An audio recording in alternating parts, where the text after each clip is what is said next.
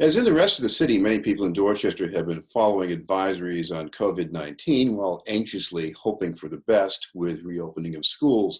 To tell us about those concerns and other stories is the managing editor and publisher of the Dorchester Reporter, Bill Forry. Thank you very much for being with us, Bill. Thanks, Chris. Great to see you. Happy end of July. Yes, and same to you. We've made it. I want to start with the schools. I know we had a segment tonight with Councillor Sabi George. She's not the only councillor to have some concerns about the reopening. So can you tell us a little bit about at least the one voiced by people from Dorchester? Right. So I think, by and large, there's many layers of concern here, not only from the city council, but from parental groups, faculty. Obviously, the BPS staff have raised concerns. Specifically on the council, Councillor Sabi George, as we've heard from, it has her own set of concerns. We also asked City Councilor Andrea Campbell, who represents District 4, including Mattapan and parts of Dorchester. She's also concerned, and she's been pretty forceful in her critique. Wants to see more engagement with the various stakeholders. The school department is really up against it here. They have a deadline today, Friday, July 31st, to submit what has up till now been a draft of kind of a multi-layered approach to school reopening. And it's all pointing towards, as Councillor Sabi George has said, towards a hybrid model, which would include a couple of days of in-class instruction, and then some closures for cleaning, and then another couple of days of instruction for a different group of kids. And, there's just so many question marks still. Today is the day that we're going to learn a little bit more, I think, about how the school department intends to proceed. One of the other stories that affects Dorchester and other parts of the city is about the uptick, maybe more than just an uptick, in gun violence. And you cover a part of that with a feature story about the Dorchester Youth Collaborative. Can you take us a little closer to how important organizations are like that to preventing violence? Sure. DYC, Dorchester Youth Collaborative, is based in Fields Corner, and it works with a really targeted group of young men and women, teenagers mainly, who are in that neighborhood: Fields Corner, Bowdoin, Geneva, Meeting House Hill, right around that area, with Dorchester Ave being the spine. And over the years, and DYC has been around since 1981. It's been a refuge on Dorchester Ave throughout that time.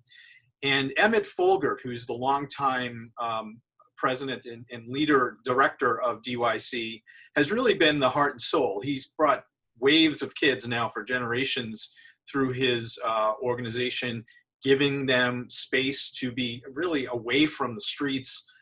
Many of the kids that he works with specifically have been gang involved, or their siblings have been, so they're at a higher risk. They're traumatized.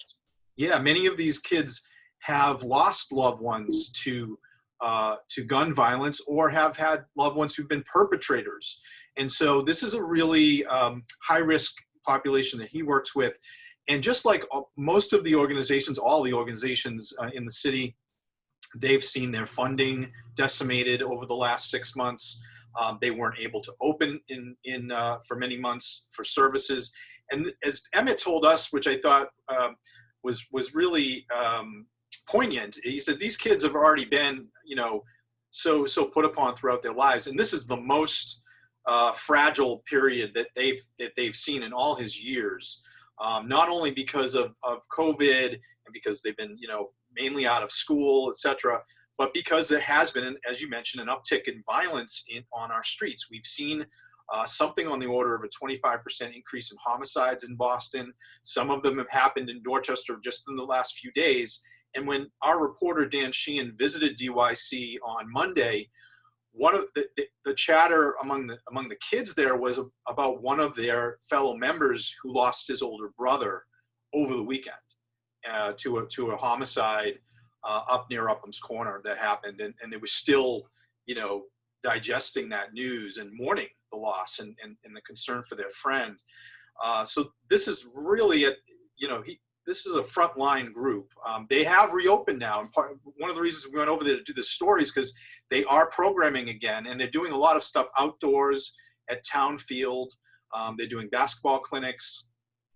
They're also, reopen their space in Dorchester Ave for kids to come in, teenagers to come in, to socialize again. And it's a big part of what they need. They need a refuge sometimes from their homes or just from the blocks that they're from.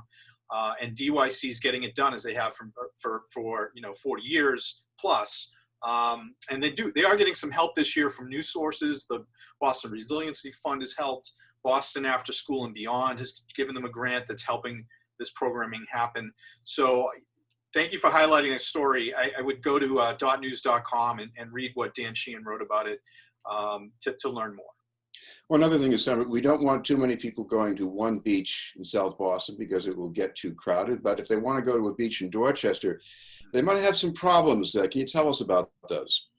Well, it's interesting. Every year, the group Save the Harbor, Save the Bay generates a report that basically gives us a picture of what's happened in the last year. In this case, in 2019, at Dorchester's beaches and the beaches throughout Greater Boston, the ones that are controlled by DCR, Department of Conservation and Recreation.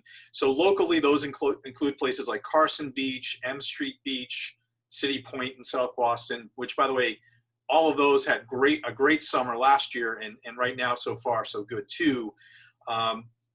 Dorchester's beaches, which are Tinny Ann, Malibu, and Savin Hill, all saw a drop in their safety score last year in 2019. And from what we gather, some of it was quite severe. Tinny Ann Beach, for instance, went from a 78% score in 2018 to 67% in 2019. The citywide average was 94. So Tinny Ann's the worst of the whole lot in Metro Boston. And the reason for that, Chris, is pretty well documented. It is that Tinny Ann is situated right at kind of the mouth of the Neponset River, where, well, I don't know if it's a mouth, but it's where the Neponset River empties into Dorchester Bay, carries with it some sediment and some wastewater sometimes, as well as runoff from businesses and homes and parks. And downpours too. Yeah, that's right. So Tinny Ann's score was very low last year. Now, I want to make it clear that this information is drawn from data collected by DCR.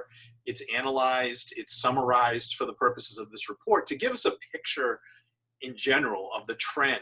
And as Bruce Berman from Save the Harbor, Save the Bay is very careful to point out, overall, the trends at Metro Boston beaches have been going the right direction. There's a lot of reasons for that. Over the years, the Boston Harbor cleanup has been very effective. The way that we treat wastewater and don't dump it into the harbor any longer. But there are seasonal issues. Last season, we had a very heavy rainfall, much higher than average, that caused more runoff into the river and then into the bay and affected our beaches in Dorchester specifically. The beaches in South Boston have a much better wash going out into the main harbor, so they're not as impacted by that. But Dorchester's beaches, you do have to be careful. And one of the other issues in the story is about how we currently, day to day, monitor and know about if there's a hazard from bacteria contamination in the water. And that's really by a flag system. It's either red or blue. Red is like no go, you shouldn't go in the water. Blue is it's safe. It's a flawed system. It's usually a couple of days behind the data, and it's not foolproof. So people should use common sense. Take a look at the news reports and the flags, but also keep in mind, if there's been a heavy rain over the last day or two before you go into the beach, chances are that water could be not pristine, to say the least. So use common sense and definitely read up on this. You can go to .news.com. You can access the report from Save the Harbor, Save the Bay. And that organization does a good job of tracking and also advocacy work for improvements to these beaches. Well, you have a decisive Democratic primary election coming up for what is shaping up to be an open seat in the House of Representatives in part of Dorchester, Mattapan, Hyde Park, and a little of Milton. Anything you can tell us about how that's going? Well, the 12th Suffolk race, it will be to replace State Rep Dan Cullinane, who's decided not to run for re-election. There are now 3 remaining candidates for that seat, all Democrats: Stephanie Everett, Brandy Fluker Oakley, and Javon Lissette, all of whom are attorneys, all of whom are Black candidates who live in Mattapan.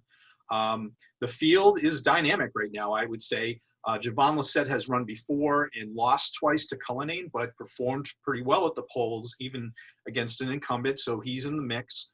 Stephanie Everett has picked up some good momentum lately in that she's been endorsed by the Ward 17 Democratic Committee and was endorsed by Cam Charbonnier, who was a candidate in the field and has dropped out and now thrown his support to Everett. Brandy Fluker Oakley has also picked up quite a bit of support from environmental groups. She's well known as in the education reform movement, and she also received the endorsement of China Tyler. There's going to be an interesting event tomorrow. It's a Zoom event hosted by the Greater Mattapan Neighborhood Council. It's essentially one of the only forums in which all of the candidates will appear together, and that's happening tomorrow, Saturday, August 1st. It starts at 10:30. And folks who might want to tune in to get a flavor for these candidates, because of course it's very hard to get a picture of them all at once in a public forum. It's not really happening. You can go to their website, which is g/mnc.org, Greater Mattapan Neighborhood Council.org, to register and to participate. It's an opportunity to get a sense of who these candidates are and what differentiates them. Well, if people can't actually make the Zoom event, but they want to find out what happened, I'm sure you're going to cover it. So if they want to find it in the Dorchester Reporter, what's the best way to do that online at least?